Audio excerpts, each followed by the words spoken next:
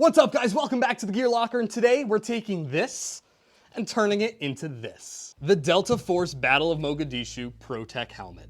I am super stoked for this, but if you want to find out how to pick out the right helmet for this base, go check out my previous video where you'll see a bunch of things looking like this. Here is where I'm going to show you how to turn it into this. Now, there was a bit of a jump when we went from my last video showcasing all of the colorful variations to something that looks a little bit like this. And that was a whole process in itself. So before we jump into pimping this thing out, let's talk quickly about how I got it to look just like this. And oh my God, was it a process. With all of my research and all of my trying to find the best option out there, I settled on dyeing the helmets using very specific temperatures, water, acetone, soap, RIT synthetic dye more, and a lot of time and patience. I tried to dye a white helmet to a black color. And as you'll see in the pictures, that did not work out at all. I would encourage you to try it yourself because maybe with some slight modifications, you might have some better experience and luck, but for me, it just didn't work out. So unfortunately, I had to take these helmets, reset them up, and paint them. With a primer, a few coats of black paint, and a clear coat, and then scuffing it all up, I think it looks pretty damn solid. Not to mention, it looks baller with that white period foam inside. So let's talk about some of the things that you will see on a Delta Force helmet from the Battle of Mogadishu, or maybe even a little bit earlier sometimes. And the first thing is going to be this Anvis mount.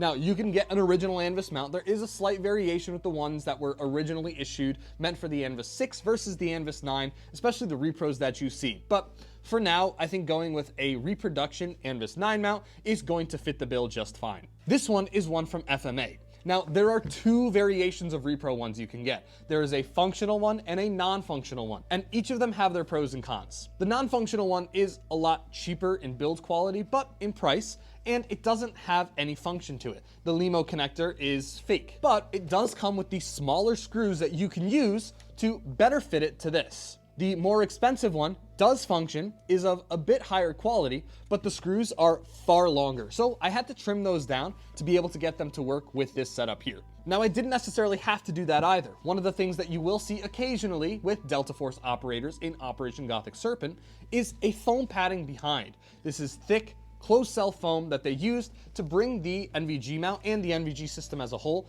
a little bit further from their face, so it would sit somewhat more naturally. However, it's not always seen, and I opted to not do that. I just feel like I like this clean look a little bit better. To drill the holes, I use this buffer piece, which is included with the functional ones. This is to mount it to a certain helmet, I believe a flight helmet, something like that. But I used this to line up the holes, and it worked pretty well. Just used the drill, went right through this ProTech shell, and there we go, we were mounting. Now, in addition to this NVG mount, another common accessory that you will see is this Anvis 6 battery pack. These are getting very hard to find lately. You can see tons of the Anvis 9 ones, but a period Anvis 6 one like this can cost you a pretty penny. Luckily, I have a friend who sold this to me, but I would encourage you to look at 3D printed options. This is not a very complicated design at all, and there are plenty of people who have printed this with great success. So I would encourage you to go look at those options too. You'll see this sitting on the back of the helmet.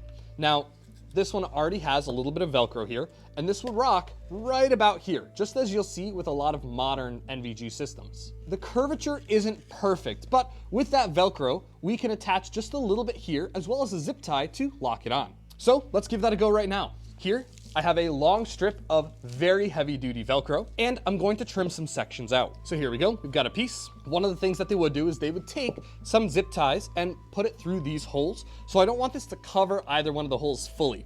I want this to kind of sit right in the middle where there's a little bit poking out on either side. So I'm gonna take this adhesive off and slap it on the back. There we go, now that's officially on there. We're gonna take a long zip tie once we get this on there, and we're gonna route it all the way around. Looks like the zip ties that I bought, even though they were pretty long, just a bit too short. So I'm gonna double it up, which I don't think will be an issue. I think they used whatever they could get their hands on over there. My goal is going to be having each of the block portions on either side, rather than having any of them stick out in the front. And yeah, that is on there rock solid. There we go. And I'm going to trim these ends off. That's one end, that's the other. And then bam, we're good to go. Now these pieces typically did attach. You can attach them to the outside, although I think that's a lot of wiring, and unless we want to cover it up with some Velcro or tape, it might look a little bit sloppy. So one of the things that I've seen people do is tuck it on the inside, and I think that might be what I do here. As long as I can find a good slot where there's enough space where it's not going to hit me in the head, and I'll have the padding to kind of cushion it. There we go. These things are hooked. I'm going to tuck this right under there. I'm going to take a little bit of 100-mile-an-hour tape and put that down. Now, for some reason, I noticed the 100-mile-an-hour tape doesn't have a lot of jagged edges, so I'm going to cut it, but I'm sure it's equally kosher both ways to either go for a ripped look or a smooth cut look. But I think just because I like it cleaner looking, I'm going to do it this way. All right. So there you go. Now I have the NVG mount on the back of the helmet. It is zip tied and Velcroed on, so that's not going anywhere. I am going to take this wiring and tape this down as well, just to keep things a little bit more streamlined. All right, got that taped down for now. First thing that we're going to need to do is attach a headset. Now, you have a couple options of headsets, and I'm not sure which I like better. I think I'm going to use the Setcom 5 headset. You can also use things like the Astrocom, which we'll talk about this a little bit more in detail in a later video. Or there's the Task 1 headsets. Now that's the only one that I didn't grab for this video, but I will try to grab it for a future one, only because the repros that you find out there are too modern of a repro style. The original ones did have some minor differences, which again, we'll talk about in a future video, assuming I can get my hands on one. But these are the two that I kind of favor in general though. Now this typically rides over the helmet, kind of like that. It's stretching out this plastic band, which is not my favorite, but unfortunately it is the reality of what we're doing here. So I am going to attach that now. One of the ways that I am going to do that is by placing it underneath this. This is just going to hold the headset in place in general. It's not going to be perfect, and I'm going to have to mess around with it a little bit, maybe remove some of this Velcro to reposition it. And as you can see, it will fit our SDU5E strobe perfectly. All right, so I'm going to attach this right over top, right there in the center. So as you can see, I have the Setcom headset kind of over the top. Again, it is stretching that out, which I don't love, but that's the unfortunate reality of what we're working with. Now, a cool thing that they would do with the Setcoms is tape up this shiny bit here. And that's exactly what I'm gonna do with some more 100-mile-an-hour tape. Now this, for some reason, I think it's because it gets moved around a lot and like messed with, it does look very worn down. It's not like a bright 100-mile-an-hour tape. So what I'm gonna do is I'm going to just rip it and wrap it around and hopefully wear it in. I can use some sandpaper to get some artificial wear, but I think over time it'll also wear very well. Bam, all right, so we've got that taped up. And I'm also gonna do a little bit on the back end of it. Now, I have this pretty far out. I'm a big-headed guy, so this would adjust to where your mouth would be. I like this. I've already preset this to be a little bit further out to where I like it, just in case I wear like a mask or something. But yeah, there we go. Got that piece attached on now. Now, the next thing I'm gonna do is take my SDU5E strobe and put that right on the top. What you'll notice is it's just some Velcro that's very likely to fall off. So you guessed it, let's zip tie that. Now, before we go to attaching this to the helmet, I'm going to tape this up. As you can see, it is very bright. And of course, when the light flashes, that's gonna be bright. So again, I'm going to need that IR cover, but I'm also going to cover the general area of this with tape. I'm not gonna touch that front bit. For some reason, I've seen that left alone, but the rest of it, I'm going to cover.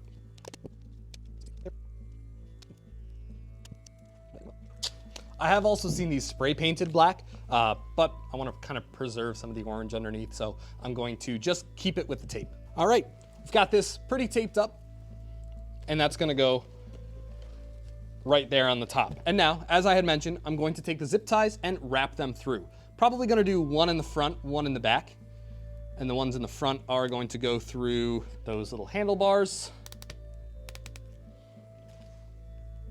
All right. That one in the front is good. Snip that edge. Let me do the one in the back now. As you can see, it's tilting forward a little bit. Not really that big a deal. I don't care that much. This was, again, kind of slapped on and put as needed. It's not an exact science. And that's what I think I love most about Delta Force kits, which, of course, we'll talk more about on this channel later. And bam, there we go. The SDU5E strobe is on top. Now, another modification I want to do is on this big empty side right here. And one of the things that you will see occasionally is some glint tape. You'll see that on the uniforms, of course, but a little bit right here on the side of the helmet is also commonly seen. Whether it's surrounded by some tape or not, just kind of slapped on, It's up to you. I'm going to surround it with some tape just to give it kind of that green with a little bit of shine in the middle look, because I like that, but you could also just attach it directly. Now for this, I'm gonna cut a little bit larger of a portion than I need so that I can cover it and hold it securely with the rest of the tape. Now I'm also going to use some of this tape to double up and cover the end of the Setcom 5 headset. Maybe I'm actually going to do this thinner one. I don't want to cover up those rivets too much because those are pretty fancy and kind of iconic to the helmet. All right, now I guess we'll just slap that on either side. And bam, there you go. I have my square of glint tape. Now the last accessory that I'm going to attach, sun, wind, and dust goggles. This is a new old stock set, so it's gonna look pretty minty and exactly like what they had put on their helmets. You can get the Bali X500s, but if you go on eBay and look for like a generic pair of X500s, you're gonna have a hard time finding the exact kosher ones. These are far easier to get because these were made in far larger quantities, and these were issued style. The Bali goggles are a little bit more rare to find in general. And I'm going to wrap this around the back of it and bring it right up here, right onto the front. Now with this, you can just kind of leave it there, but what a lot of guys would do is they would tape this on. This would be on their helmet when they were in the helicopters especially. So to tape this on, to just keep it on the helmet is kind of a must because you're gonna need it when you go down. And because it's riding well under here and I want it to have some adjustability up front, I'm going to tape it down here in the back. I'm not gonna do a ton, only a little bit just to keep it locked in on either side. And yeah, that's my Delta Force helmet. So that's gonna round out this video. Stay tuned for a ton more Delta Force videos, including possibly some more that talk about these helmets. Thank you guys for joining me on figuring out how I wanna set this helmet up. This is The Gear Locker, and we'll see you in the Moog. I mean, in the next one.